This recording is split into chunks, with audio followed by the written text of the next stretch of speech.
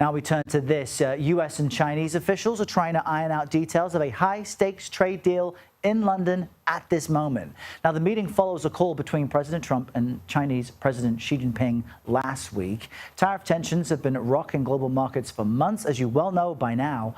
White House National Economic Council Director Kevin Hassett seems confident, though, about today's talks. Here's what he said about them earlier. The purpose of the meeting today is to make sure that they're serious, but to literally get handshakes from Scott and Howard and Jameson, our three lead trade negotiators, and get this thing behind us. CBS News foreign correspondent Ramy Inocencio joins us from London. Ramy, I wasn't sure if you could see Mr. Hassett there, but he was smiling as he spoke about the potential out of these talks. Why are they being held where you are, and how are they going so far?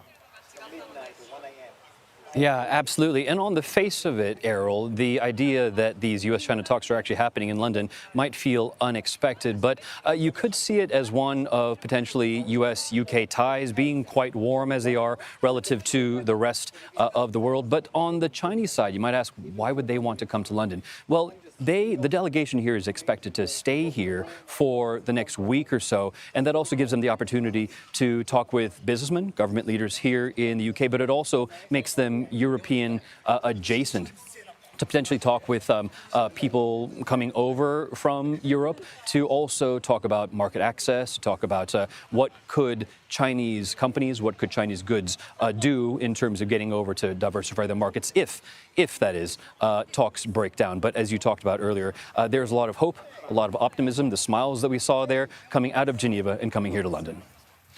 But as you have also spelled out, Ramy, there's real financial pain that's being felt by companies, especially because they have to pay these tariffs, both in the U.S. and in China. So as we speak about the optimism around these talks, what are the real sticking points?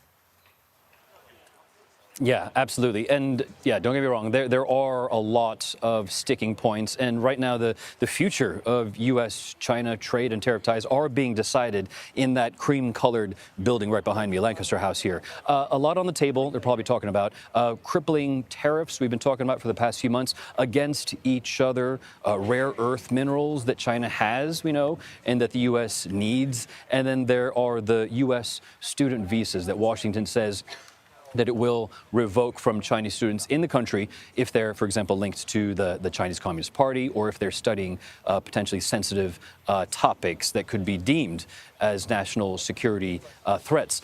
With tariffs, both governments right now have rolled back the levies that we saw in April. They were more than 100% each. Now there's a baseline of 10%. And we saw that that was the biggest win from the Geneva talks last month. We'll be seeing if that changes at all with rare earths. The U.S. may push for something that's being known as the green channel, and that would potentially exempt products like rare earths from tariffs. The U.S. under pressure. We know that something like 80% of its rare earths come from China, used in everything from EVs to aerospace to defense. But China is also under pressure, we know, because Washington has made it tougher for Beijing to get what it needs, semiconductors for AI. Yeah, so each side wants something. Customers don't want to pay higher amounts, and so there's a lot of optimism that these talks could lead to something. Ramy Inocencio in London with the latest on that. Ramy, thanks.